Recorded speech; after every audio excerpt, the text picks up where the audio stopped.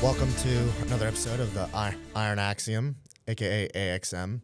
Still can't get that intro smooth, but it's all right. Today is a very special episode because, number one, because of my guest, and number two, brand new background. Here with me is someone very near and dear to the community, someone who inspires a lot more people than she thinks, and especially Danny Swole's community, and skipper of leg day. Yeah. Hi, I'm Emmy. I have no idea what I'm doing here, but I'm really excited to be here. I'm happy you're here too. So, for those that don't know, do you want to explain a little bit about your disability so that way when people like come up to you randomly in public, you can just hand them like a QR code, a QR code to the episode? Yeah. So I have a connective tissue disorder, and it is progressive, meaning it's going to get worse as I get older. And so the easiest way that I've found to explain it to people is basically your connective tissue is kind of the glue that holds your body together. Everything in your body, your ligaments, your joints, that's all connective tissue. It's in your eyes, it's in your ears, it's everywhere. And so, assuming you don't have what I have, your connective tissue does a pretty good job of holding everything in your body together, unless, God forbid, you have like an injury, you tear something, that's a different situation. My connective tissue is kind of like wet tissue paper. So it takes nothing for my joints to dislocate, for me to like tear my skin open. Like you might get a paper cut, I'll get like a scar out of it. And because your connective tissue is everywhere in your body, it affects literally everything. And so sometimes people ask like, well, what's wrong with you? Like, how much time do you have? Because I was born with this genetic defect, right, that caused this connective tissue disorder, but because it's everywhere, it causes so many other problems. Like you have gastroparesis, which is a stomach paralyzation, and you have dysautonomia, which a lot of people now like are probably on some level aware of, like POTS, because that's kind of become a big awareness push since COVID. But connective tissue affects everything in your body, and so you end up with like 9 other disabilities because you have the one, whereas if I didn't have the one, I would probably not have any of the other ones. But the short answer is my body's supposed to hold itself together, and it just flat out doesn't, is the gist of it. And so I don't walk very well. I have a lot of neurological stuff going on. My hips sublux, which is like a partial dislocation. My knees fully dislocate constantly, ankles, shoulders, like any joint you can think of, it'll just fall out, which obviously does not feel great. So that's the gist of it. So we're talking about like your natural like collagen production, Yes. the fluid sacs around your joints, tendons and ligaments. So it is, so what I have, so I don't like to like get into the nitty gritty of it because there's always somebody here going, I have that too. No, you don't. So what I have is arthrochalasia, Ehlers-Danlos Syndrome, and that is a collagen defect. So the gene that genetic mutation is on is the COL1A2 gene, and that COL is for collagen. And so it is absolutely a collagen disorder, and for simplicity's sake, I say connective tissue because people have, even if they don't know what it is, they go, oh, it connects things. But yes, it's your collagen disorder. And to head off the next question that like people watching are, why don't you take collagen supplements? Does not do what you think it's going to do. I wish it was as simple as, oh, my collagen is defective, so I'm going to go take collagen supplements, and I could take all the collagen in the world. My body doesn't know what to do with it. So it would have zero effect of, unfortunately, putting my collagen back to where it's supposed to be. So even if there were some way for you to take like stem cell or like IV collagen, if that is a thing, it just your body doesn't know where to program it and like where to go. More or less. So there are some, what's the word I'm looking for? Like research studies, like clinical trials. That's the word I was looking for. So there are some clinical trials going on now with primarily the hypermobile form of Ehlers-Danlos Syndrome, where they're looking into IVIG, which is intravenous immunoglobulin, of can we kind of boost your immune system? They're starting to think that maybe this other form of EDS is autoimmune. But essentially what it boils down to is you could give me the building blocks, right, the collagen, but my body doesn't have the instructions for what to do with them. And so I'm just going to throw them away is essentially what's going to happen, because I could have all the collagen in the world and my body just flat out doesn't know what to do with it. How's it been like back in the gym? And when did you start working out again? So I was always involved in some kind of fitness my whole life, whether that was dance or martial arts or weightlifting. And so it was never something that I strayed too far away from unless I absolutely had to, like when I was in the hospital all the time.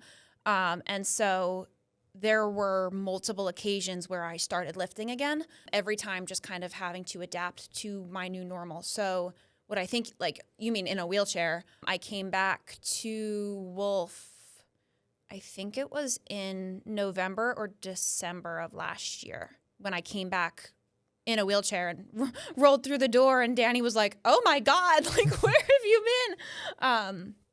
So that was just a couple months ago, and I have not been back as much as I wish I could.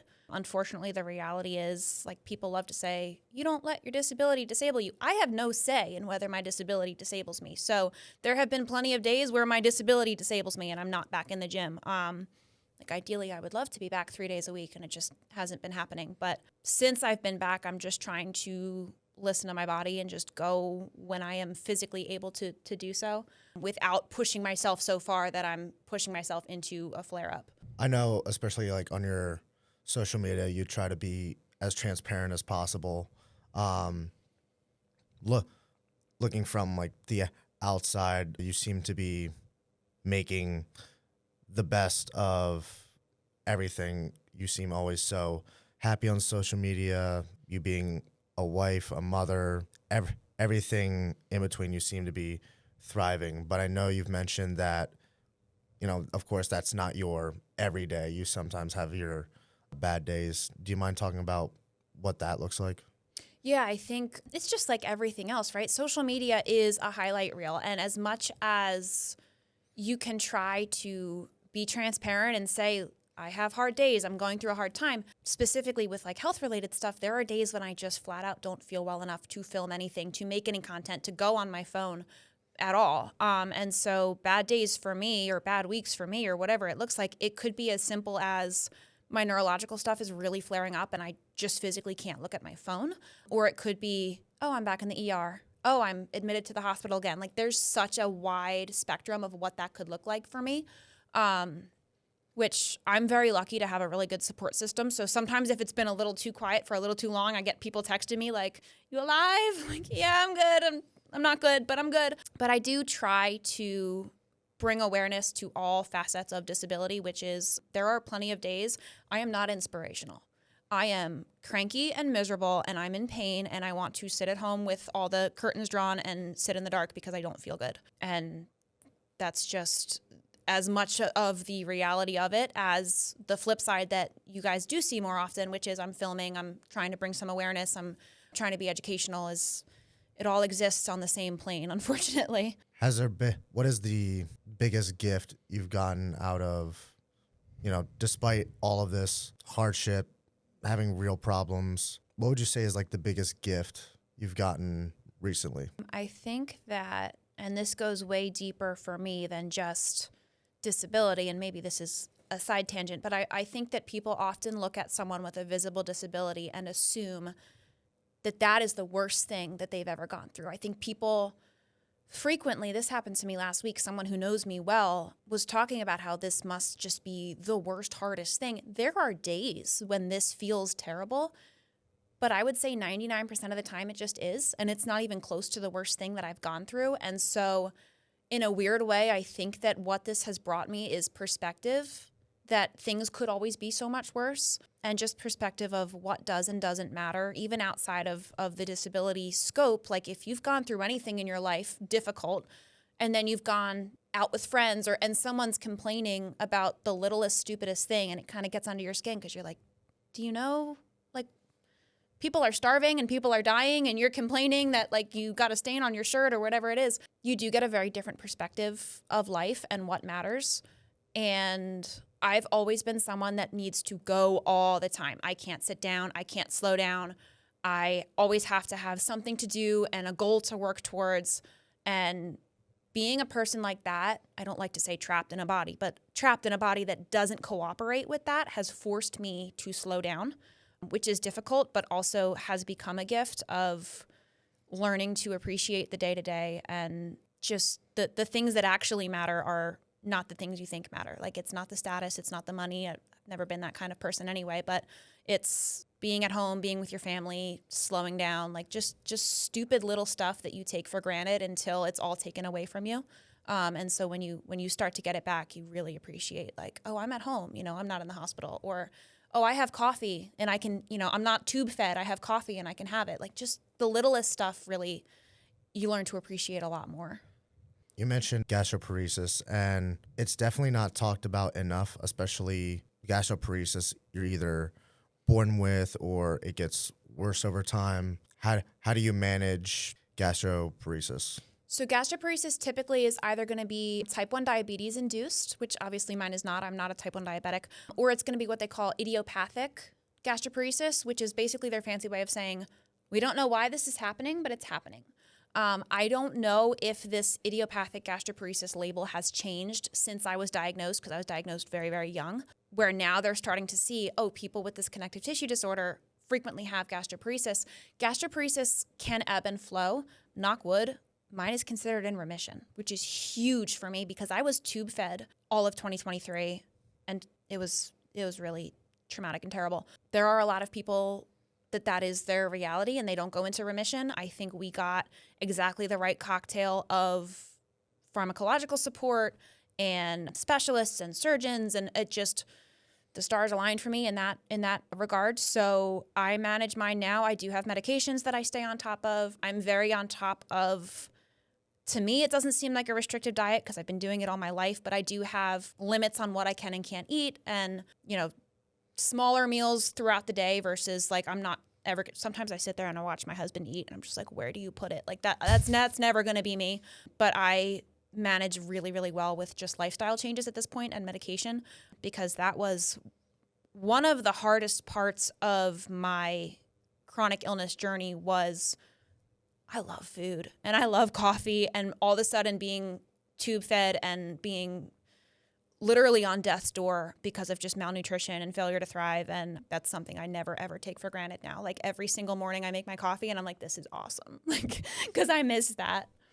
Well, what was that first sip of coffee like? I was a really bad patient. I would definitely still like try to eat. And so, okay, so here's another common, I think, misconception with tube feeding. You can be tube fed entirely and get 100% of your nutrition through tube feeds, or you can have like supplemental nutrition orally, because pretty much with your stomach and with your stomach function, it's use it or lose it. And so even when I was tube fed, they were encouraging me to get whatever I could for oral intake, even if, I was eating baby food for a while, which was not fun to be a grown woman going back to the baby food aisle, be like, oh yeah, oh, how old's your kid? No, this is for me. And so I was still trying to keep up with oral intake, and I don't know if that is part of the reason why I was able to get my gastroparesis into remission. Was I was kind of slowly building back, like literally starting with baby food, and I did kind of better on liquids. So I would do like baby food, not Ensure, but basically like the equivalent of Ensure that fit my dietary needs. And then I still had coffee. It would make me miserably sick every day, but I would still do it because I don't care. But yeah, I think going back to being able to eat more normally was a very, very slow process and a very, very painful process. But like every time I got to eat something that a month ago would have had me on the bathroom floor, I was like, okay, we're making progress. Like there's a light at the end of the tunnel, because it's very depressing to starve to death. The things that does to your brain are crazy. And for every bodybuilder that says, I have felt that, no, you have not. Well, no, but I have all of the empathy in the world. Essentially what you're doing with bodybuilding is a very, very controlled starvation, right? Like you're putting yourself into that state so that you can perform at the peak of your ability for your sport, but having almost starved to death. And I mean, you can look in my medical notes is like malnutrition, failure to thrive, organ failure risk, like the things that does not just to your body, but to your brain, and how irritable and depressed you get. I have all of the empathy in the world for bodybuilders that willingly put themselves through that. Like I'm in awe of you. And I don't ever take that as like, well, you don't deserve to say that this sucks because you're doing it to yourself. No, like I have all of the admiration and empathy for those people because they're doing it on purpose. And that's a level of discipline that I just don't know that I have. Okay, totally disregard what I said. I don't know, that's absolutely wild, because I would have thought, like I said before, I would have thought the opposite, but I just, that blew my mind, like your perspective on that. I mean, yes, we starve ourselves on a schedule. It's kind of like a scheduled eating disorder. You like stuff your face when you're trying to improve, and then you starve yourself when you're getting ready for stage time, but everything's all controlled. But it honestly like blows my mind, like the different perspective you have, because all I've observed when I would just say when I was younger and around people that were very similar they would almost like, it was almost like a violent like jealousy because they couldn't do something, they would either attack somebody like verbally about it, or they would just say like, again, like, you're not going through XYZ to level that I'm going through XYZ. And that's where that emotional reaction like would come from. We have a lot of that in the chronic illness community, if you will, the big online presence on Instagram and TikTok, and we call it the sick Olympics. You're doing bad, but I'm doing worse. Feel bad for me, pity me, drives me nuts. Because you can be having a bad day, and I can be having a bad day, and you could be having a bad day because your dog died, and I could be having a bad day because I spilled my coffee. Like, obviously, those are two entirely different levels of bad day, but to me, I don't know that. And so I'm just having a bad day because this is the suffering that I know. So I don't think that comparing pain is at all productive, and it drives me nuts when people do that, because there's quite a bit of it on my corner of the internet as well, to a point where I have so far distanced myself from that community that like I go on my page, I post my little gym videos, and I bounce because it's getting ugly on there. I've had to do that too. I've told myself, like, if I see one more negative post, that's my sign to stop doom scrolling. But I'm sure you've seen a lot of that in not even the physical ailment community, but like the mental health community, like crazy. Mm-hmm. Holy shit. And that's one of the reasons I started this thing, is just so I can give like my perspective, and you can attach me or not. You can attack me or not, because it's just an opinion. It's not like what I say is not the law. So like relax. But like I've seen so many people say like, I've been through this, you know, they'll like market themselves to inspire one group of people. And then you go up to them in like real life in person, say, hey, how are you? How are you doing? And it's just the total opposite reaction of how they would market themselves on social media. That happened to me this weekend. Mm-hmm. Just a nasty energy. And you're like, oh, this is not who I thought you were. Yeah. Like even this weekend, this person who I knew was going through a lot. I mean, obviously I don't know like the ins and outs of it because I wasn't there, but I went up to this person, said, hi, how are you doing? I also DM them, say like, hey, would you like to share your story on the podcast? I think it'd be really helpful to like, you know, for other people. I'm going through the same thing. Nothing. And even in front of like other people that they were with, and in front of my co-host, this person, arms crossed, looked down at the ground, refused to make eye contact, one-word answers. And it was kind of like, I try not to take that stuff personally. It's just like, okay, whatever. It could be like, you could be going through a lot. Right. But at the same time, why would you? This is also, I want everyone to like take a pause, because this is just me mentally processing. If somebody wants to give me a different perspective, you're more than welcome.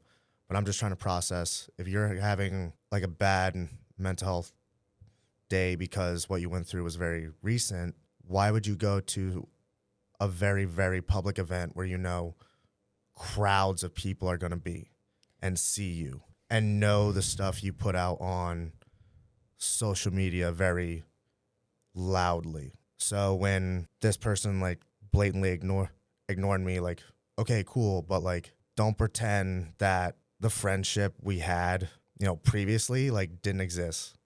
I did help you. I did hook you up. I tried to be like the best friend possible. But I mean, yeah, that was like That was my experience with, that part of like the mental health community of like comparison. And hot take time, I guess. I think that if you are building a platform based around, say, mental health or disability activism or whatever it is that you do, there are two things that need to happen. First of all, you need to have really strong boundaries. I do this on my page and I don't go out and say, these are my boundaries and this is what I will and won't talk about. There are things I don't post. There are things I don't talk about. If there's something that's fresh and still hurting me, I'm not going online to hash it out because I need to process that privately and go through it. So I think the first thing that needs to happen is people need to be a lot better about their boundaries. I think that we are kind of in an era of oversharing everything. And there is a positive side to the connection that social media brings, but a lot of people don't realize that at the end of the day, you're behind a screen. Most of these people are just scroll. They don't actually care about you. These are not people that would sit in a room with you face to face and how are you doing? Are you okay? What are you going through? So I think boundaries are very important and have been very overlooked. But the flip side of that is if you are building a platform based around, say, mental health, you also have a responsibility to conduct yourself in a certain way.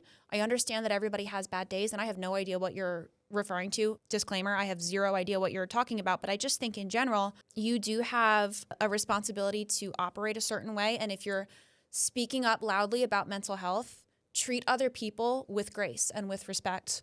Because if you're saying, well, you don't know what I'm going through, I don't know what you're going through either. So let's assume that maybe we're both having a tough time and just treat each other nicely, kindly, right? And so I think that's the other thing too is people are very quick to get up on their soapbox and say, this is what I've been through. But if somebody tries to relate to that and say, oh, like I've really been going through a hard time too. Well, I have it worse. Don't talk to me, right? That's weird. And that's been happening a lot in multiple online spaces. I'm sure you see it. You know, you're more mental health and like bodybuilding corner of the internet, and I'm more, disability and just general fitness content corner of the internet, and I see it pervasively, kind of everywhere. So I think that's my two gripes with it is don't build a platform that you can't stand on, Also, I think social media does a great job at making an audience think that this negative is the majority when it's really the minority. That interaction that I had was only 1% of the weekend. Mm-hmm. The 99% was me being at the show and interviewing these athletes, all walks of life, like husbands, wives, a kid doing a show for the first time. Like there was an overwhelming amount of positivity in that freaking building. I know exactly what you're saying. And social media has people very quick to, well, look at the bad part of my day. Okay, it was not a bad day. It was a bad 5 minutes. Move on. Yeah, and the only part that like irks me about bodybuilding is this talk about politics, solely because you are discouraging hundreds, thousands, tens of thousands of people getting into fitness and especially competitive bodybuilding.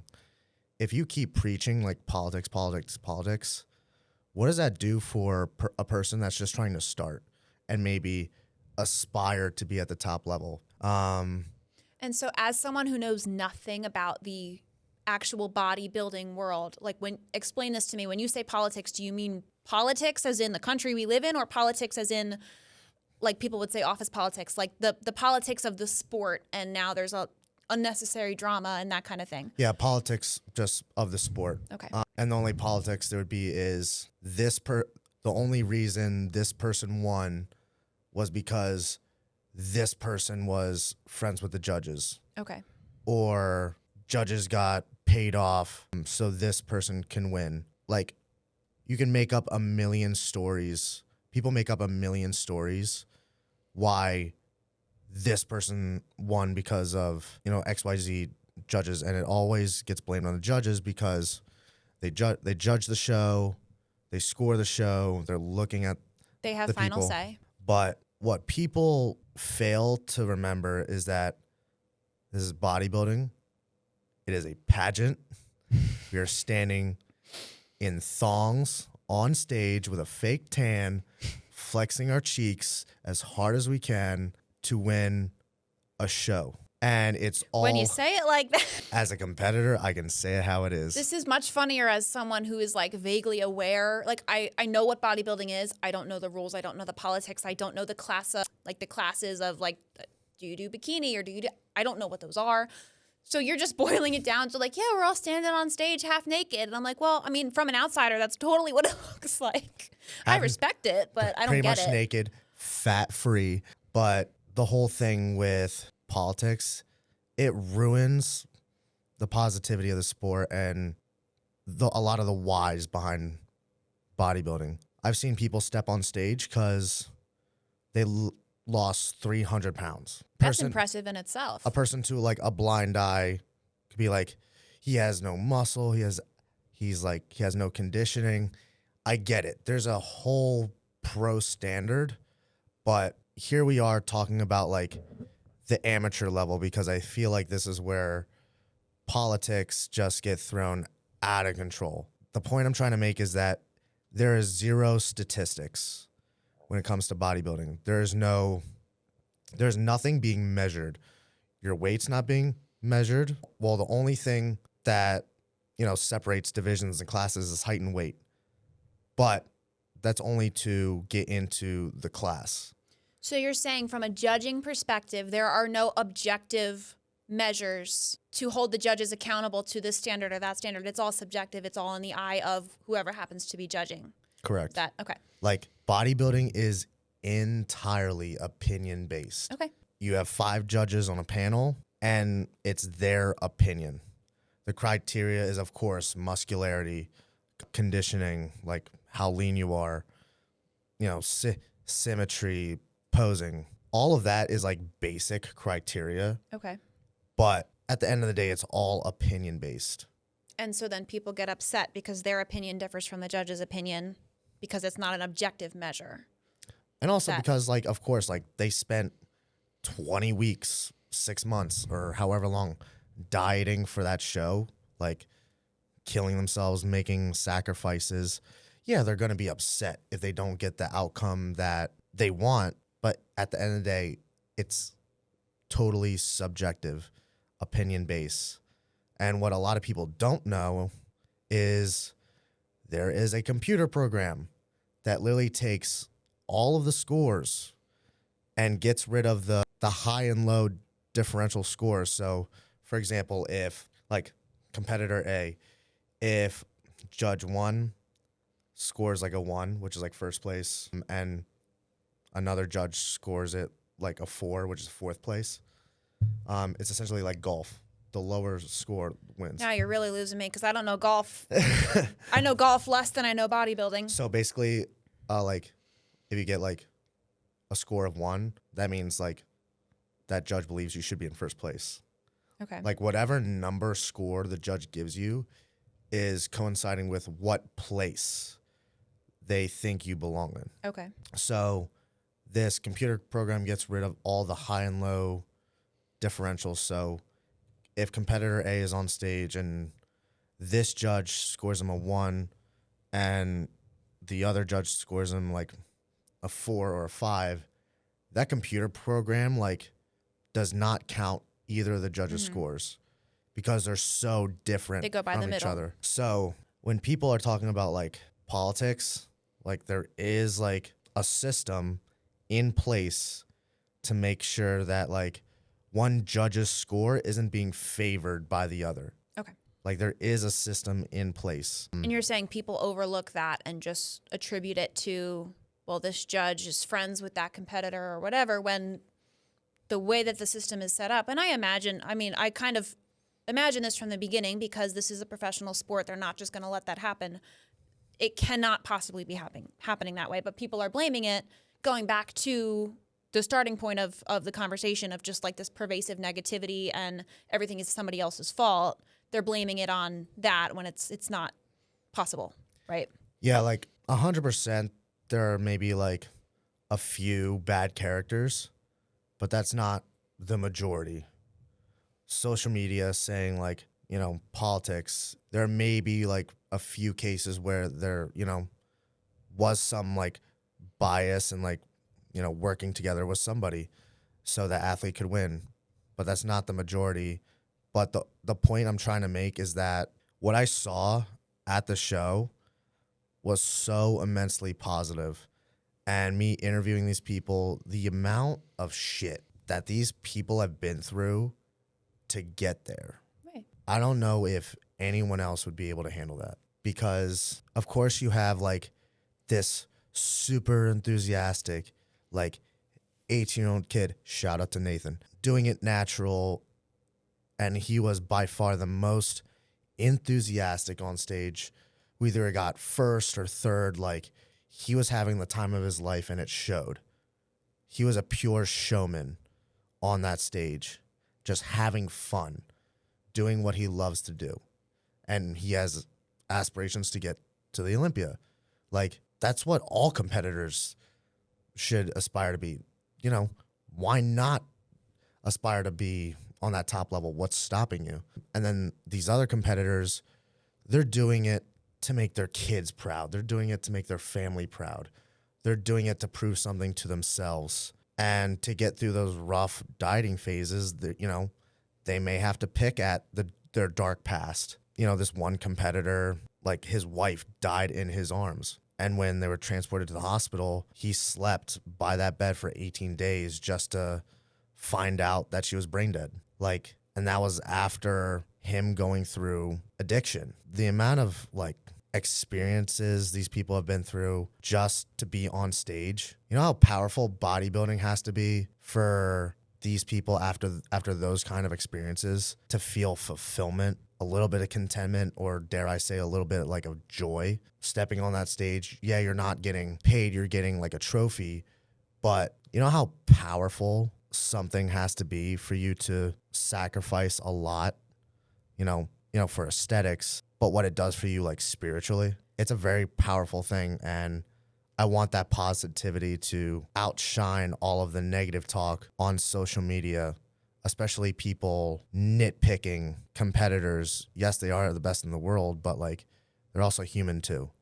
And I think, again, I have no idea most of what you're talking about. I'm not in the bodybuilding world, but I do think that these are athletes in the top of their field, right? And so they get the spotlight, they get the interviews. I also think if you went and interviewed somebody at the grocery store, they probably have a crazy inspirational story as well. Like, I think that every single human on this planet has been through something that you'd sit there and go, holy shit, like, that's insane. I'm sorry you went through that. That's a crazy story. That's super painful. I just think that, obviously pro athletes are under the spotlight, but I kind of going back to where we started with the social media and the negativity, like, I'm a big proponent of just treat everybody like they've been through something crazy, something horrible. They probably have. And we don't have to sit here and air out people's dirty laundry and, well, this guy went through this and that's why that he's having a bad day. I don't care why you're having a bad day. I'm sorry for you. Like, let's treat people with a little bit more grace, because I think that that's my other gripe with social media is it's supposed to be a highlight reel, but often people just go on there and just spew a bunch of negative bullshit. And I'm like, well, this is an option. Like, it's optional. You don't have to be on the internet. You can log off and go touch some grass and get back to the real world a little bit, Myself being a follower of Christ, I had to go through like a lot of learning phases of what living that life really looks like. So after that unfavorable interaction this weekend, I texted this person's friend saying like, can you at least tell them that I'm praying for them and I wish them the best? I'm sure you've seen like Danny's social media. He does the same thing. Like, every hater or every person that goes after him negatively, he shows grace. He shows forgiveness. He tells his, community, don't you dare go after this person. Instead, pray for them. Pray that they get better. Pray that they're not so angry anymore. Pray that they don't hold on to that level of anger or resentment anymore. And that's what forgiveness is. It's for you to let go of that negative weight, whether it's a little or overwhelming. And that's what I'm trying to practice with my daily interactions with people. If somebody cuts me off or, you know, is just maybe lack of manners in person, I just say like, breathe. It's not that deep. This person's probably going through a lot. I'm going to pray for them and hope that they get better. And that's at least my way of not only alleviating the weight on myself to not hold on to any like hate or resentment, but also why not put that positive energy out there? Whether you think praying does something or not, why not? Can't hurt. Do you want to share some of your interactions with people in public? Some of them are pretty funny. I think there's just an overarching theme of people don't know how to interact with somebody with a disability. And so because I'm now at a point where I can no longer hide that I'm disabled, whereas when I was young, I wasn't in a wheelchair. I could put big hoodies on and you couldn't tell that I had tubes and wires and stuff coming out of me. So as my illness has progressed and as I've become more and more visibly disabled, and that has changed, what that looks like has changed for me. Sometimes it's when I was tube fed, I had tubes coming out of my nose. People would say the craziest stuff, or now, clearly I'm in a wheelchair. Most of the time I have a central line. So sometimes you'll see I have like IV tubing coming out of my shirt, and people are much more likely to just be respectful and leave me alone when I'm in a wheelchair versus before, when I was like, what's that tube coming out of your face? Why are you on forearm crutches? What happened to you? Like, I think that I learned growing up that there are things you don't ask people. But I've learned that like 80% of the population did not grow up the way that I grew up, and they have no problem being like, what happened to you? What's wrong? What? The craziest questions that you can imagine. And I always tell myself that like I'm going to have really good comebacks and really good answers. But the reality is a lot of the time that this happens, it catches me so off guard, and it is upsetting. And it is like, hey, reminder, you're different. And we can tell that you're different. Like that's what that sounds like to me. And so a lot of the time I am caught so off guard that I just answer honestly. And I'm like, I'm disabled. And like people are like, oh, like what did you think the answer was going to be? What groundbreaking information did you think I was going to provide you with in the pharmacy checkout line? I've never met you in my life, and you're like, what happened to you? What possible good outcome could have come from that question? And I was talking about this a little bit this morning. A lot of the times people ask, what happened to you? I'm taken aback. I give my honest answer. I have a progressive disease. I'm disabled. And you can see the two trains of thought happening, one of them being disappointment that it wasn't a better story. I think people are waiting for me to say, like, I flipped a motorcycle and I did 27 somersaults and I hit a cliff and I broke my... I'm like, no, I have a progressive disease. And then they get like depressed and they're like, that's so upsetting. It's just going to get worse. Yes. Thank you for making me talk about it at 9 a.m. I don't know you. Like, that's the biggest frustration for me is absolute strangers being very invasive and just there's no like polite society anymore. There's really not. For the most part now, people leave me alone because most of the time I'm out like with my husband, and that's not an invitation to speak to us because he's very nice to me. But I like to say I married an asshole. I love my husband, and I'm a very, very happy marriage, but he is not a people person. And it is not an invitation to come and speak to us when I'm out with him. And so I rarely have issues. But like when I'm out by myself, oh, absolutely. Every single time without fail. And so that's just a frustrating part about just navigating life with a disability. I think a lot of the times people think it's like, oh, like the forefront of my mind is like, are there stairs? And are there like, well, yeah, I have to think about that stuff. But honestly, every time I'm out, I'm thinking, God, I hope this person doesn't try to talk to me, because it's never like, how's your day going? It's always, what happened to you? I'm like, I really don't want to talk about this. I know you posted like one really memorable like reenactment with your friend. I'm sorry, I chuckle a little bit because like the only reason I say it's like funny, despite your explanation, is just I'm more so like chuckling at the fact that I never, as weird as I've seen people be, this is just one little like example of I never thought in my like it's ludicrous imagination. To you. You're not laughing because it's funny. You're laughing because you're like, well, who does that? Yeah. Yeah. And so what he's referring to is I did post on my page, and I actually got a lot of hate for this. I had people DMing me, there's no way that happens. You're being dramatic. I invite you to be a young woman in a wheelchair. because every guy, it was always a guy, and it was always like a 40-year-old dude. That doesn't happen. I'm sure it doesn't happen to you. I'm sure it doesn't. I was in this specific, so the one that I was reenacting, I did like a skit with my friend, but I can tell you the real story of what happened was I was at Target. I was actually with my husband, but he was in the next aisle over. And so I was in the deodorant aisle, getting deodorant, because disabled people also need to go shopping. This is like mind-blowing to people as well. Literally in the deodorant aisle, getting deodorant. I would put this man at about 30.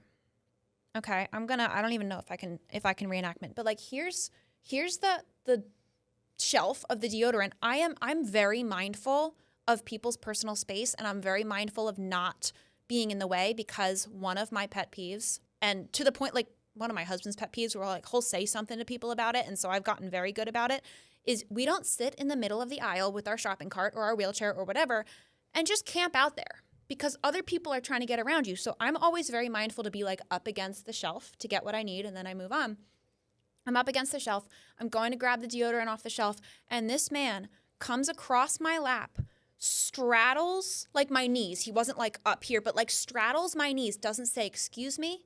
Doesn't say, hey, can I grab this real quick? Doesn't say, I need to get in there when you're done.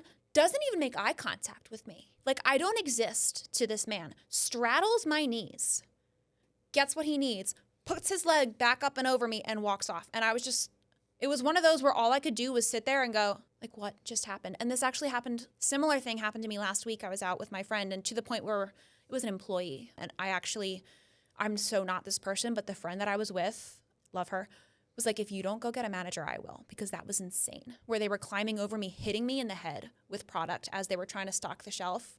And didn't say like, excuse me, or like, can I get in here? So that kind of thing does happen all the time. And people love to, that doesn't happen. Probably not to you.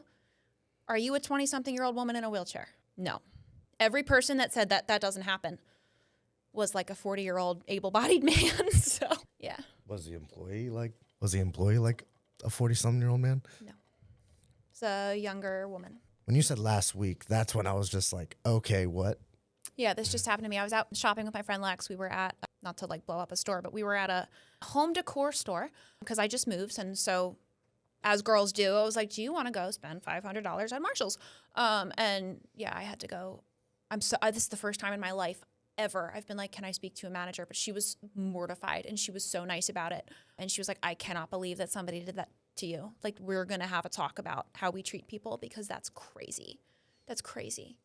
Yeah, it happens way more than you'd think. All kinds of crazy things happen. Yeah, I thought with an incident that happened in like December, like all of my faith in humanity was lost. But then like I hear stuff like that, and I'm just like, for this Tuesday, humanity is fucked. But just for today, probably Wednesday, probably see a puppy on Instagram, everything's gonna be okay.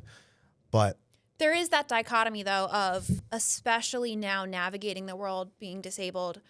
Every single day, there is something that makes me go, holy shit, we're fucked. Like, what is wrong with people? Whether that's, what's wrong with you? Somebody climbing over my lap, somebody parking in the wheelchair access aisle. So now I'm trapped in or outside of my car. It happened to me at the post office the other day.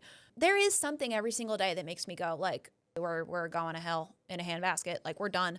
But there are also like 5 other instances. Maybe somebody goes out of the way to hold the door for me.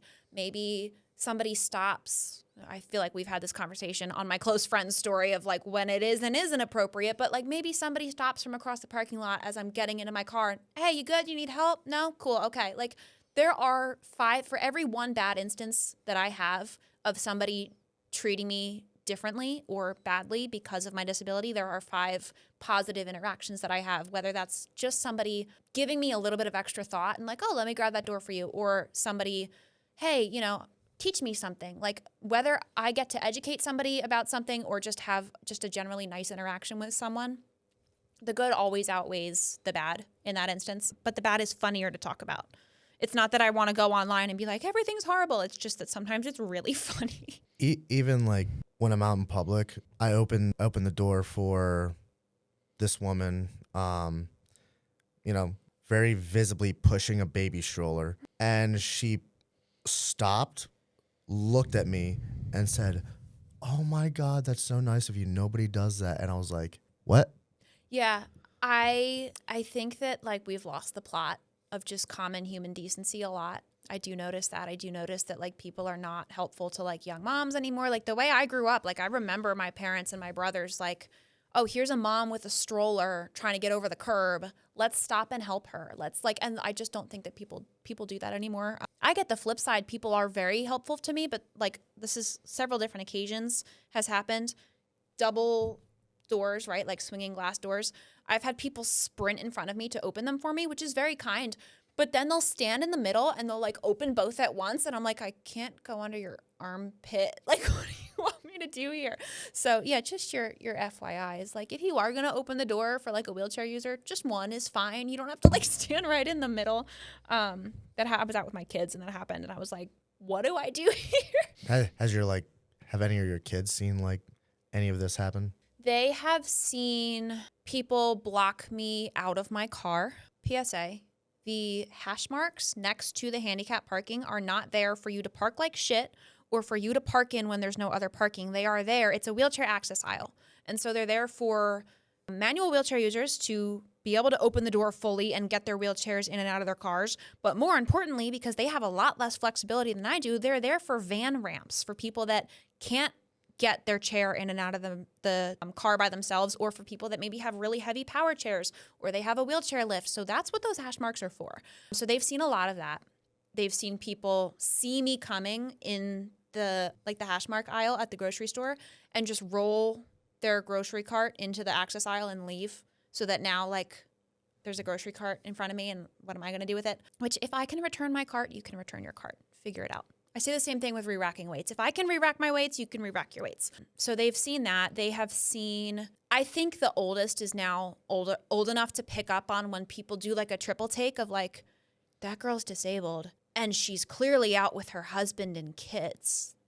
I didn't know that was possible. Like people are like trying to figure it out. They've definitely, yeah, they've seen some stuff. My oldest specifically is really good at just giving people the evil eye, because people will stare, open mouth stare, like as I'm going past.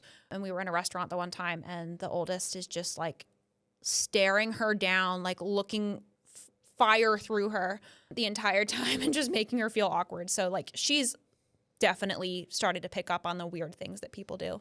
The younger two, not so much, I hope, because I don't want them to lose their faith in humanity so young. But yeah, they definitely have seen some stuff, but it makes them much more conscientious to not be that kind of person. Where like they know now and they've told other people like, not everybody in a wheelchair is paralyzed, not everybody in a wheelchair can't move their legs or can't feel their legs. Like just little things that I don't think other kids their age know. Like they know and they get it and they get my health stuff. And so that's kind of a cool perspective to have on it, instead of being like, oh, they're subjected to so much so young. It's like, yeah, but they know so much now. Look how educated they are. I don't know if it was because of COVID. I mean, it definitely helped, or we would have just been like fucked anyway. I can't speak for, before 2020, but I definitely noticed that like after 2020, public intelligence just took a nosedive. Oh yeah.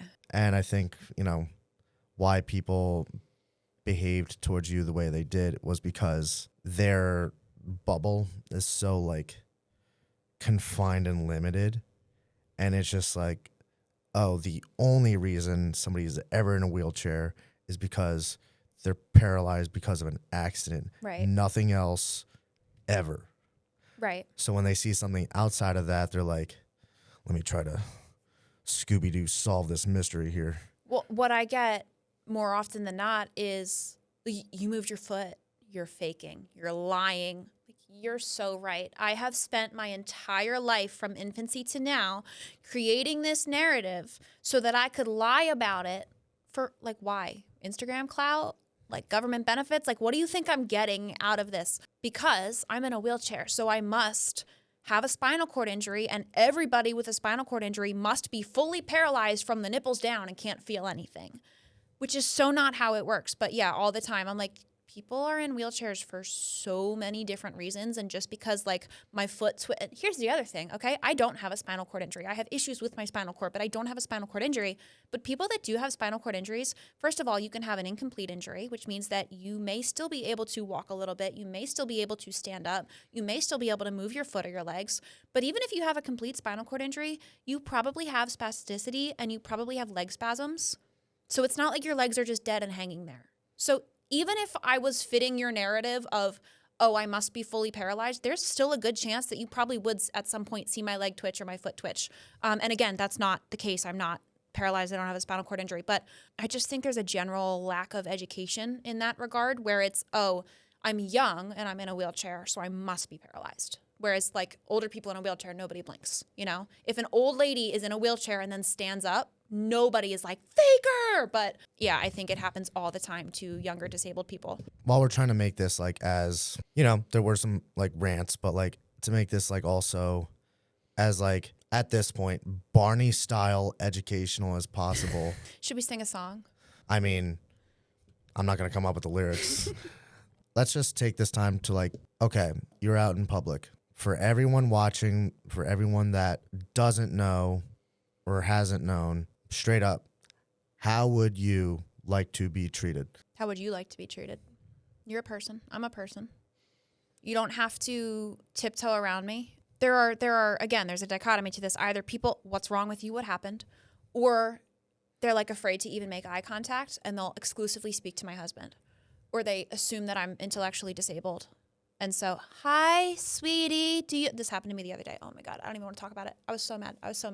I get followed into bathrooms pretty frequently by people saying that they're going to help me. Yeah, that's weird because they assume that I'm young and I'm in a wheelchair and therefore I must be like intellectually disabled, which is a weird conclusion to come to. And please don't just assume that like even if you do meet a stranger who's intellectually disabled, let's not follow them into bathrooms. But that's an aside. Just treat me like a person. Like as far as access needs, it's totally fine to ask like, hey, do you need help with the door? Do you need help getting into your, like, that's fine. I'm not ever going to be offended by that. But also don't go up to strangers that you don't know and be like, what happened to you? Why are you in a wheelchair? Why are you disabled? Why do you look like that? That's not normal behavior. I think that, again, maybe with the rise of social media, people feel very entitled to like other people's life stories all the time, even in real life. And there's no moment where they stop and think and go, would I ask this to anybody else? Would somebody come up to you in a pharmacy line and say, what happened to you? Like, has that ever happened to you? Or do you just do it to me because I'm disabled? I just think people are either very afraid to offend or they have zero regard whatsoever. There's a happy medium where you just treat me like a human being. It's really not that hard. Yeah, because you and I were messaging about this. For whatever reason, people can't see past the wheelchair. Yeah. You're a daughter, you're a wife, you're a friend, you're a mother first. You're a human being first. And I wish that, we can somehow, by the grace of God, put that together as like human beings and just like, there's nothing wrong with saying like, hi, how are you doing? How's your day? But I know you've also like shared stories of people like so out of urgency, like maybe willing to help, but they also like, I think you mentioned like they blocked your car saying like they were trying to help you. That's just a big safety thing. This is something that you do have to think about. First of all, being a woman and then being a disabled woman, there's a huge safety piece that you have to think about. And so the process for me, so what I have is a lightweight manual wheelchair. And so what that means, and actually we met in the parking lot, so you may have seen me getting my chair in and out of my car. If you don't know how that works, I get my driver's side door all the way open. The wheels come off of this wheelchair. The wheels go in the back seat. The frame of my wheelchair, so like the seat part, sits on my passenger side, literally just like a chair. And so when I'm getting out of my car or in the reverse getting in my car, my driver's side door has to be all the way open. I have to get my frame up over my body down into the parking lot, which is why those hash marks are there. I will remind you again. And then turn all the way around. So now my back is to my open door, get my wheels out of my back seat, put them on, get my butt down in there, and then bounce. And I've gotten very good at it. So I can do it in like 45 seconds if I'm hustling. And in that 45 seconds, I cannot tell you how many times that a grown man has come up, right? Like picture the pocket that I've created. I'm either, I would have to be still in my car every time this has happened. I've still been in my car. Like in the process of getting my wheelchair out, my door's open. So now nobody else in the parking lot can see what's happening behind my door. And here's this strange man that I don't know. Multiple times this has happened, pinning me in my car, like closer than you and I are now. Do you need help? I appreciate that you want to help, but if you really wanted to help, you would understand how threatening that is. What am I going to do? Run? Like you're pinning a strange woman in her car. The right way to go about this, I had a gentleman stop all the way across the parking lot far. I mean, maybe from here to like where that hallway goes back. Hey, you look like you got it, but I'd feel bad if I didn't offer. Do you need any help? And I said, thank you so much. That was a perfect way to go about that. No, I'm all set. Thank you. That was appropriate. Coming up and pinning me in my car, not appropriate. And that's just a safety thing. And I've always been a very, very safety conscious person and a very situationally aware person just because of things I've been through, the way I grew up, what I used to do for a career, et cetera. And so I think of a lot of things that I think most people probably don't think of. And so the first priority for me making the switch to being in a wheelchair was safety and figuring out what that's going to look like for me, because this has not been like a weird one-off. This happens frequently. And unfortunately, the wheelchair becomes like a beacon for creeps because, again, if you have malicious intent, what does this look like to you? Easy target, right? So that has been my number one priority kind of from the jump of this, is figuring out how to navigate my world in that way as my mobility declines and as my illness progresses, because I will not be a sitting duck. And I think a lot of people are like, oh, easy, you know? I mean, I can't imagine. I mean, I can see like with all these experiences, I can see where your dark humor comes from. I don't know. We run into so many like examples of like, you know, men doing this, men doing that. Like, what she's not saying like all men are evil. It's just that like, no, just men one like in four. men like this are like out there, and this does like happen more than we think. And the only thing I can think of is just like holding each other accountable. If you see something wrong, say something. Don't just say it's not your problem, because, you know, there are plenty of times in the security world, like I could have said, it's not my problem, but just me being me, I can't help but take action and do something when something is like blatantly wrong. Either I see like, you know, a fight going on in the street, and then I hear there's a weapon involved. You know what? This is my problem now, because now this person is like stabbed, bleeding. I'm going to do something about that. That's easy for you to see when something is blatantly wrong in a situation like that, right? Yeah. I think the other perspective to think about is, I'm not even talking from a disability standpoint. Ask any woman in your life if they're comfortable making a scene and speaking out. Sometimes that's the more dangerous option. Oftentimes that's the more dangerous option. And so I'm a very confrontational person. I have no issue being loud, back the fuck up, get away from my car, because I have the means to back myself up if I need to. Not to get your podcast banned, but like I am very safety cognizant, and I make sure I can practice what I preach. But there's a reason that we have fight, flight, freeze, and fawn, because especially, again, not just disabled women in general, we're smaller. Biologically, we're usually going to be weaker, because statistically it's going to be a man, right? It's going to be a man. Look at the statistics. And so it's very easy to say, oh, well, like if you see something, say something. Sometimes, most of the time, you're not going to see it, because it's going to look like an innocent interaction, because as the woman, we are told, and I know I'm in a room full of men, so this might not be like common knowledge to you guys, we are told not to scream help, we're told to scream fire, because if you scream help, nobody gives a shit. We are told, give that man your phone number, because it's safer. It's safer than rejecting a man that you don't know. Women get stabbed for that. So yes, see something, say something, but also understand that if somebody doesn't say something, if somebody doesn't speak up and make a scene, it's probably because it was the safer option for her at the time. And I think that it's just a very different perspective being, you're a male, you work in security, you're a vet. You have a very different perspective of your safety in the world than a woman does, than a disabled woman does, than little girls do, because we are taught an entirely different set of rules growing up of what's safe and what's not. No, I seriously want to thank you for saying, what you just said about, giving out your phone number is safer, because, that was just like a brand new perspective for me. Really? Because I see it every night. Like, I see like a dude who has like clearly malicious intent, but then I'll see like a phone number given out, like this, that, and the other. But what you just said now gives me like a brand new perspective, because where are creeps gonna hang out? Like clubs? Everywhere. Yeah. Everywhere. But girls are just up. Guys are gonna come. But what you just said gave me like a brand new perspective of like, I guess like, the inside of like the thinking. Right. And even like you said, like, oh, I see a guy with malicious intent. We don't know. There are times where it's very clear this dude is creepy and this dude is going to hurt me and whatever, but you still have to take that gamble.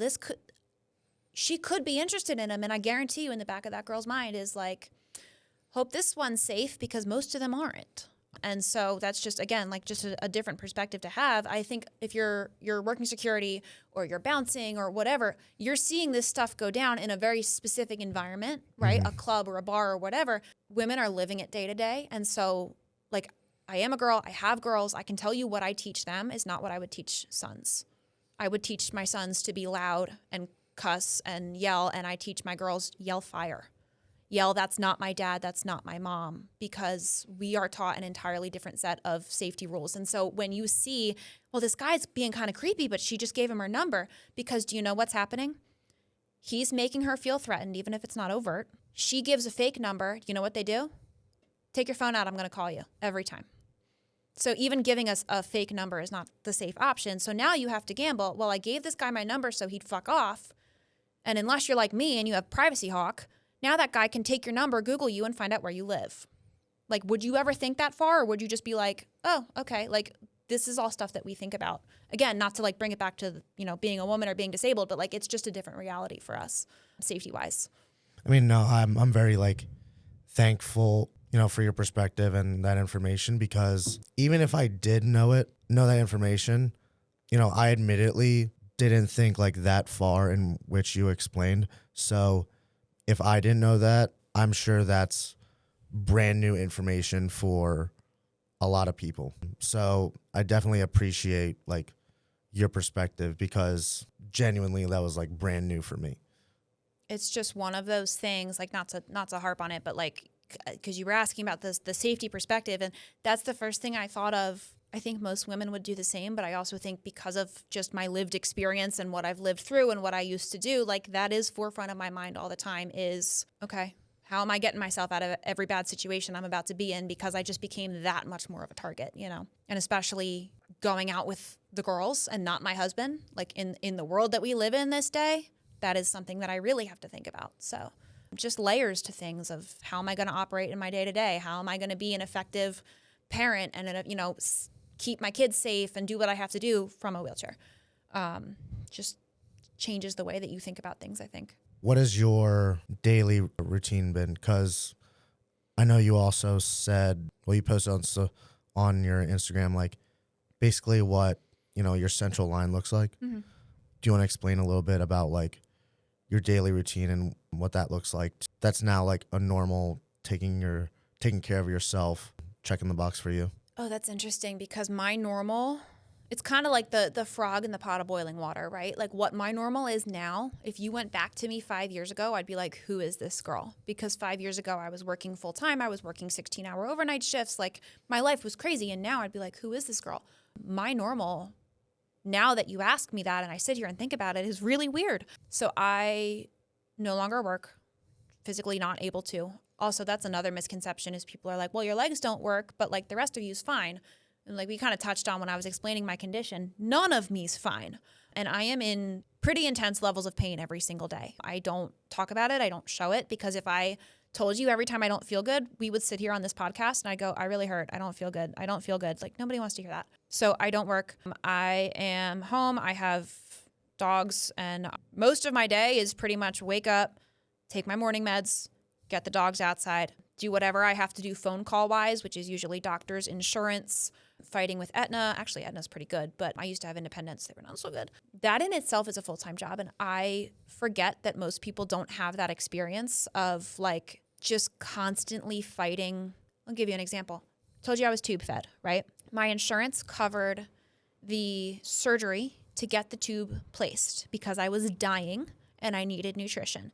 So they said, oh yeah, we'll pay for the surgery, but the formula that has to go through the tube, not medically necessary. We're not going to cover it. So that is the kind of thing that you have to deal with every single day, is just insurance denies the dumbest shit. Insurance denied my wheelchair because they said, you don't have a wheelchair, so you must not need a wheelchair. So what do they say to people who are injured in car accidents? Well, you didn't have a wheelchair before, so you must not need one now. So I am on the phone coordinating my health in some way every single day. I do have a central line. I actually have to go home and do that today because I procrastinated this morning and didn't want to do it. So again, things you get used to that I think most people would be like, oh my God, like I do have to stab myself in the chest with a 20 gauge needle on a regular basis because that is how I stay flare free, right? I'm never flare free, but that's how I stay operational at a level where I can function. I'm in pain. I don't feel good, but I can function because I can get my infusions done at home instead of having to be in the hospital all the time. So I like to say, like, it's easy to say, oh, I don't really think about my disability.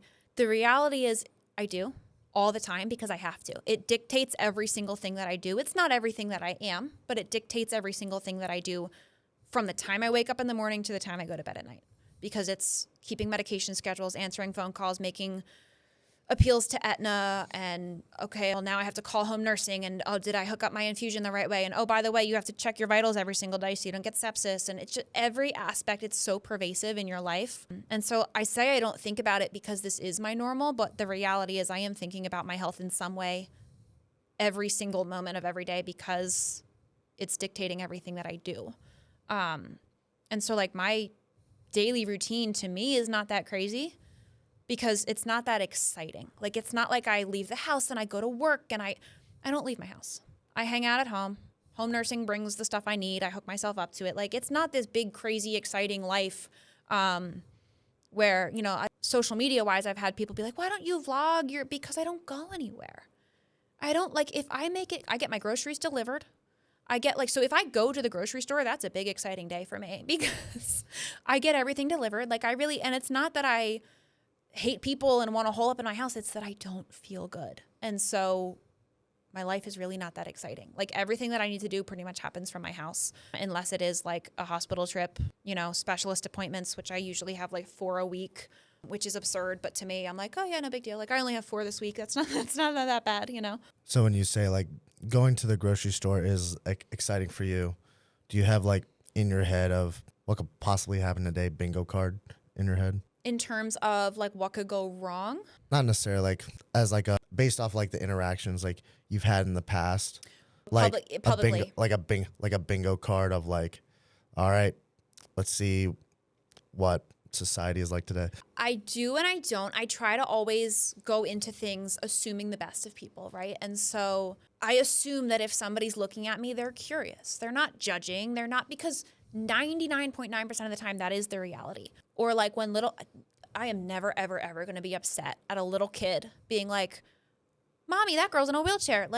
Yeah, they're learning. Their brains are developing. So that never upsets me. So I always try to I don't go into stores going, oh my God, who's going to say something? I definitely have days where I do because it's already happened 4 times and I'm feeling some kind of way about it. I try to make it funny. I try to, like you said, a bingo card, not that well thought out, but I do have interactions where I'm like, oh yeah, there's my check mark for the day, ones that happen pretty frequently of, who's going to park in the wheelchair access aisle, who's going to ask me what happened to me, who's going to look at me like I have 3 heads because I showed up here with my husband, and how could a disabled girl possibly be married? There's a mental gymnastics that I can see people doing. I don't want to get your podcast banned, but you can say whatever you want. So like we'll go, say we have date night, we're going to like a nice restaurant, or like we'll go to like a Sixers game or whatever. And like I'm dressed up cute, I did my makeup, I did my hair, I look nice. And you see the mental gymnastics happening where people are looking at me. They're looking at my husband. They're looking at me. They're looking at my ring. And they're like, oh, they are married, because there's like this expectation of like, well, that must be her caregiver. And so like then they figure it out. They see us interacting with each other normally as husband and wife, and not like he's not talking to me like I have an intellectual disability or something, because people often talk to me that way. And you see the gymnastics happening of like, I wonder if they got married before or after the wheelchair. I wonder what happened to her. I wonder how they fuck. Like you can like see it happening. And I'm like, like people have been like, so how does that work? And I'm like, do you ask everybody that? Like, why? Like, this is what I mean, like wild questions. And you can definitely see the thought process happening, like when we go out together. And so like, I notice it. I notice people like stepping over me, like again, I try not to be pessimistic about it, but I definitely am like, and there's my quota for the day. Like people doing dumb shit, people saying dumb shit. It happens. But yeah, every day. Yeah, I mean, I definitely have like my bingo card whenever I go do my security job. Somehow things that are brand new get added every week. But yeah, it's definitely like hard for people to wrap their head around anything that is different, because you see you see like a baseline, and that baseline could be like, whatever is normal to that person. Right. And then if anything, and I mean anything, disrupts that, you see the brain malfunction. I feel like it's like an NPC in a video game trying to function, like come up with the next answer. That's exactly how I feel. Yeah. And they're like, that girl has a husband, or that girl has kids, or like that girl's in the gym. Like, I'm like, yeah, we're just existing. Like, it's not a big thing. I definitely feel that way because I've been off caffeine since Easter. Oof. Because I'm trying to do something, and I can already feel like my brain like struggling. So ever since getting off caffeine, I developed like, when I like go and like edit videos, I like notice like a stutter, and I say shit that like doesn't make sense. I all of a sudden go like off topic, and I'm just like, yeah, something's wrong with me. But is it at all possible that you have ADHD and you've been self-medicating with caffeine? Because I have ADHD and I don't like to be on stimulants, and so I self-medicate with caffeine. Hell yeah. Yeah. So if you do have ADHD, by the way, and like if you already know this, tell me to shut up. But if you actually truly have ADHD, the caffeine is medicating you. And so if you come off the caffeine and you're like, I feel like a chicken with my head cut off, that's probably why. Because I can't function without caffeine because I make no sense. I'm like walking away with the stove burner on. Yeah. So something to think about. I mean, the whole purpose for me being like off caffeine and just like biting the bullet of acting stupid for a few weeks is I'm trying to get my like adrenal glands like healthy and my cortisol to like lower, because in a bodybuilding prep, you want your baseline of stress to be lower, and also sleep being like universally the best thing for recovery. Right. I'm also doing that for like sleep benefit. Mm-hmm. And also, since my tolerance is getting radically reset over months, now I can use caffeine as a measurable tool to help me when the effects of harsh dieting start taking place. Interesting. So if like, I'm tired because I'm starving and my output is still through the roof, I can still have 80 milligrams of caffeine and make it feel like it's 200. Interesting. So that's just like, one part of like bodybuilding prep, but I'm also replacing caffeine with a peptide called tesofensine. What is with the peptides these days? I feel like that's the new, like, remember how last year it was like balance your hormones, lower your cortisol. Now it's like peptides. I'm like, what is happening? And before that, it was like SARMs. Oh my God. And not just in bodybuilding. I mean, like in general, right? On my end of the internet of like wellness and like, women and it was balancing your hormones and gut health. And now it's peptides. what is going on? I will DM you the second somebody comes to me and says, like, this is the peptide protocol she should take. Don't. I don't want to hear it because I promise you, I travel across the country for my medical care. You do not know what you're talking about when it comes to the disease that I have is less than 1 in a million. And if you send me advice like that, I'm blocking you. Just an FYI. I want to block people in real life that talk to me about peptides. But what I'm taking is specifically, like, I took it originally as an appetite suppressant. But the great thing about it is everybody's obsessed with retatrutide. And, you know, what I don't like about it is that it significantly decreases gut motility. Ooh. So you're purposefully digesting food at a slower rate just to block hunger signaling and some other things. What I'm taking, it blocks hunger signaling. I'm not hangry. And there's zero crash. I feel it from the moment I wake up to the moment I close my eyes to go to bed. And oftentimes I have to force myself to go to bed because it's working so well. But it works as in an SNRI antidepressant. So there's zero slowing of gut motility. And it's feeding my brain like the appropriate amount of dopamine. At least I hope so. This is a peptide? Yeah. I feel like this is going to be one of those things that in 5 years are like, oh, we shouldn't have done that. Like, I mean, I inject myself with like oil-based substances on a daily basis. I'm not, hey, you do you. I just, the way that it's the same thing that happened with the lower your cortisol or like balance your hormone. Name me 3 hormones and their function and then I'll listen to you. But like balance your hormones, you have no idea what you're talking about. Like this is just the waves of like trends that come out where people are like, you have to do this. Like, I don't have to do shit. And you guys don't even know what you're putting in your body. That scares me. Yeah, like I've signed the dotted line of I'm going to need testosterone for the rest of my life because, you know, could I have made better decisions? Yes, but who cares? I'm here where I am now. But I would like to think bodybuilders know exactly what they're signing up for when they choose to be enhanced and use their body chemistry as a science experiment. Because there are no rules in bodybuilding. Zero. Except in like blatantly labeled natural shows. That is frightening. You can do cocaine and whatever you want. Bring back Quaaludes. No, don't. Yeah, that's really interesting. I mean, it's like any other sport. Like, you've probably seen the joke going around of like, we should let the Olympians do whatever substances they want and like see how peak humans can really perform. I'm not judging. I mean, this is the nature of bodybuilding. I respect the sport. It just, the idea of like, just these cyclical trends of like gut health, cortisol, peptides, SARMs, like whatever it is. I'm like, I really hope you guys are doing your research. That's all. Yeah, it's called the Enhanced Games. It's basically like taking Olympic sports, the exact same things, but like steroids. Right. The sick part of my brain really wants to watch it. But, you know, when it comes to like health, I want everybody to just calm down for a second because there are some things you're going to find out the hard way are trends. We see this all the time with a lot of drugs that get introduced as like a research peptide that some asshole is going to take for bodybuilding or aesthetic purposes. But a lot of things get used as trends and then all of a sudden it's just like, hey, dude, if you don't stop what you're doing, you're going to have a heart attack in about like 2 weeks. Or it becomes predatory.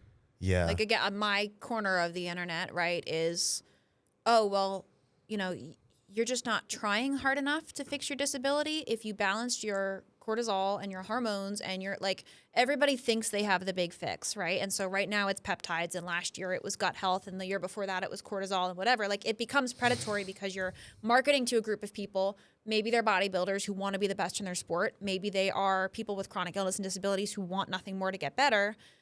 You have no research or safety or anything to back what you have, but you're like, I have the fix, right? And like that's how I feel that all these like trends are becoming, it's just predatory. It's people just capitalizing on like, people want this really bad, right? They want to be the best in their sport. They want to get better, whatever it is. I'm going to sell it to them, and I don't really care what happens after that. I mean, there's also that part of the industry like, hey, let me market XYZ, the newest thing, to a vulnerable group of people and say a whole bunch of science things that I know they don't know. So it's only going to enhance my marketing. And this is going to be my way of making income. Does it work? Enough to market. And that's extremely frustrating as someone who takes great pride in being extremely well educated and intelligent, to live in a world where everybody asks ChatGPT for everything and will believe whatever you and AI tell them. I'm a huge AI hater, by the way. Sorry, I don't care. But we live in a world where it's like, well, I saw it on the internet, so it must be true. Chat said this, so it must be true. I'm like, I'm gonna kill myself. Like I'm laughing because you brought up using AI for everything, and I'm not making this story up, but I'm not gonna say names.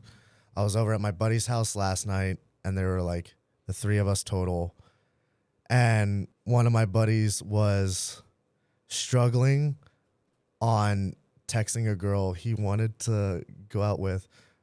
By the way, all of them are older than me. Secondhand thinking. And they were asking AI, how do I respond? Is this a test? And asking like the ins and outs of like how to text this grown woman. And I'm dying in the corner of like, number one, we're fucked. Number two, I never thought motherfucking Siri would be everybody's wingman by 2026. I hate it. If I could push a button and bring us all back to like 1996, I would do it so fast. We're doomed. Hey, this is how Terminator Salvation starts. Don't get me started on the AI thing, because I'll sit here for an hour. I hate it. I mean, I hate it too, just because my first negative interaction with it, I was working a personal training job, and my training manager at the time, in front of a prospect client, like doing the whole interview thing, pulled up on ChatGPT how easy it was to make a diet and showed her. And while I'm standing there and I'm just like, did the diet plan include rocks? Because it will tell you to eat rocks if you ask it the right question. Apparently, I don't have it. I very much pride myself. I don't use AI. I never have. I never will. But apparently, if you ask ChatGPT just the right series of questions, it will tell you to eat rocks because they're good for you. So there's that. I mean, what my training manager did is just like, hey, you basically showed this client that I can go, number one, fuck myself. And number two, they can depend on this free AI system for everything and depend on it. Yep. And secondhand thinking, it's killing the planet, but that's fine. Just ask your phone everything. You don't need a frontal lobe. So yeah, my interactions with AI are not favorable, but through this podcast, I would like to almost like introduce like humanity by having conversations with people that they don't have to be a CEO. They don't have to be, on social media with 1 million followers. The reason I started this podcast is to have conversations with real people and to introduce like things and topics that are not within people's bubble, like we discussed previously. And I think you're, of course, like one of the best people for this is because you're number one, super educational. That I do try very hard. That's my goal more than anything is I appreciate when people say I'm being inspiring if I'm doing something that's really hard, but like just existing is not inspiring, but I do try to educate a lot because I think there's a huge gap. Well, it's also like inspiring through perspective. Like somebody that, watches this episode or follows you on social media, you could be that one thing that clicks in their brain. You're like, you know what? I'm capable of change because I don't have problems, just more work to do. And when you turn what was in your mind problems into inconveniences to all the way things like you shouldn't pay attention to, and they make that change, then all of this will be worth it because all I want is real people. A lot of, podcasts, they have guests on like doctors, fashion people, like people that are already at the top of their game. Mm-hmm. How the fuck am I supposed to relate to that? Yeah, it's a different perspective. Like, obviously, you want to talk to the best in the game and see how did you get here. But it's kind of what we were talking about earlier is if you only highlight the best in the game and be like, wow, like all these people have these crazy inspirational stories. Well, so does the guy who works the checkout counter and the guy who, picks up your trash cans every Wednesday. And like every single person has something worth listening to and something that you can learn from them.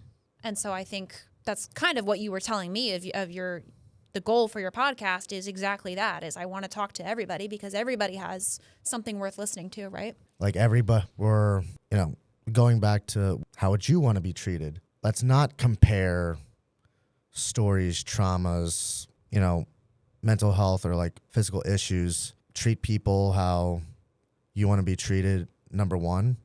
And, you mentioned that, athletes like have their spotlight, especially, bodybuilders at the top of the industry. And that's why I did what I did this weekend, because seeing like the smile on this kid's face and his parents like recording their kid's first interview at his first show ever, there's no other feeling that can replace that. Seeing somebody experience the amount of joy that I felt when somebody did that for me. And because it's not being done, here I am to share these amateur bodybuilders' stories, because they have families, they have responsibilities, they have a full-time job, they have life going on, and they're still going after it like a pro. These pros have sponsors and, a lot more money than people think coming in. But what about people trying to work their way up? Right. That, to me, not to knock the people on the top of their game, because I know how hard they worked to get there. But I do feel like once you get to the top, you have a little bit of time to relax, right? Because you have, and I, again, know nothing about bodybuilding. I'm talking about in general, in life. Once you are through and you're on the other side and you get to sit back and relax and enjoy all the things that you worked hard for, you're not as stressed out and hungry to win as the person who's still back where you were 5 years ago trying to get to where you are now. And so I think that, to me, is always going to be more interesting and more inspirational, if you will, than the person who's been at the top for 5 years and is sitting back on their laurels like, everything's easy and free. And how about the guy who had to like fight for it, Again, not talking about bodybuilding because I don't know bodybuilding, but just in general. In any industry, I always want to know, like, how did you get here? What did you have to work through? How did you get to where you are now? And are you just chilling at the top, or like what's next, Yeah, and because everyone has a different job, I don't want to label people by what they do on here. What I want to do is have a conversation with the person that makes all of that, the person that is one of a kind, has one of a kind experiences, and I want to hear it because a lot of people, number one, need to, for fresh perspective, maybe a little bit of a kick in the ass, but also, like, who is this person behind the camera? Who is this person really behind the super successful, XYZ occupation? Like, who is this person really? And hopefully inspire people to say, like, if they can do it, I can too.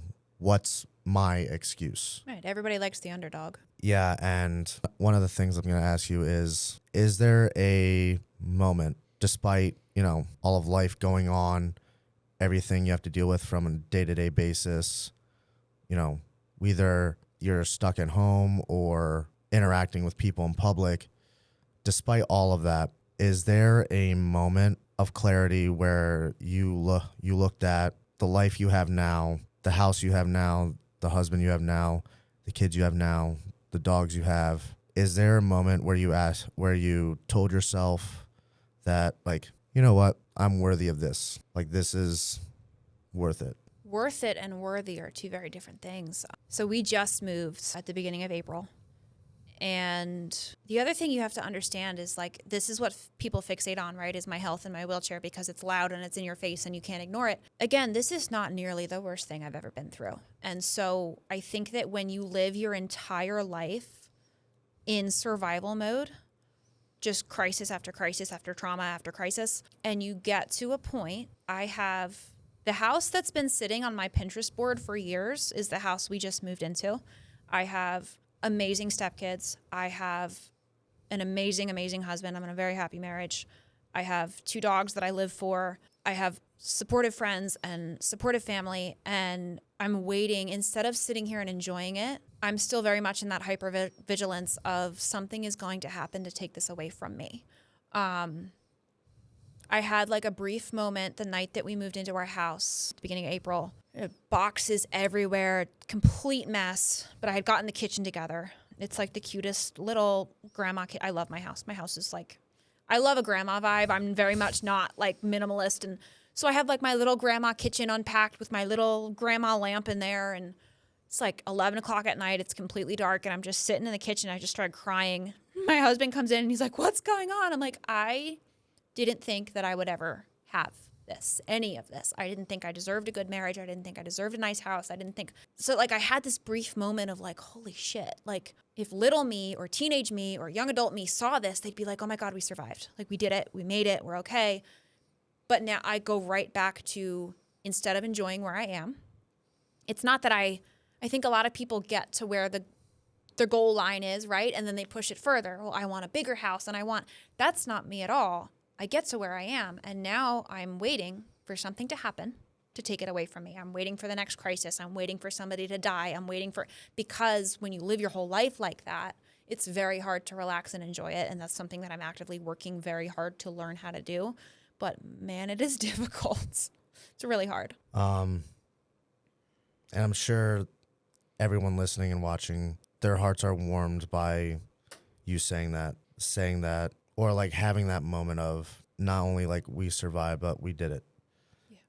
And I can only pray and hope that God continues to give you blessings. Thank you. I hope that the world can be kinder.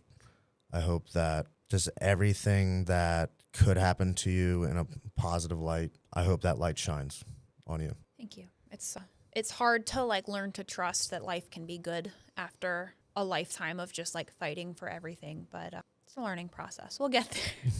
And ultimately, I pray that, you find a little part of every day that is peaceful. And to everyone watching and listening, I pray that you also find a little piece of your day that is peaceful. Whether it's from stories we talked about, rants, or listening to a different perspective and finding your peace that way. But is there anything else you want to say to everyone watching and listening as we close out? No, I mean, I came in with no game plan and sat here and talked about whatever. So thanks for listening to me, and thanks for having me on. And hopefully it's all upward trajectory for you, for your podcast. Because like you were saying at the beginning, you're like, well, I'm never going to be that big. Like, don't put yourself in that hole. Keep doing what you're doing. Thank you. Where can people find you on Instagram?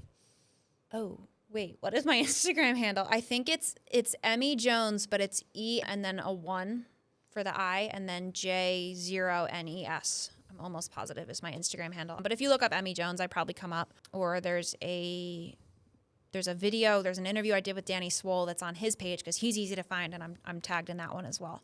Because I'm like 80% positive I know my Instagram handle, but don't quote me on that. So, well, when we find it, we'll put you in the description. Could be wrong. I don't know. But I want to thank you so much for coming to the studio and being so vulnerable, transparent, and just sharing your perspective, your thoughts, and hopefully inspiring that one person to change their life for the better. It's a lot of pressure. Just kidding. Thanks for having me. This has been another episode of The Iron Axiom, a.k.a. AXM. God bless.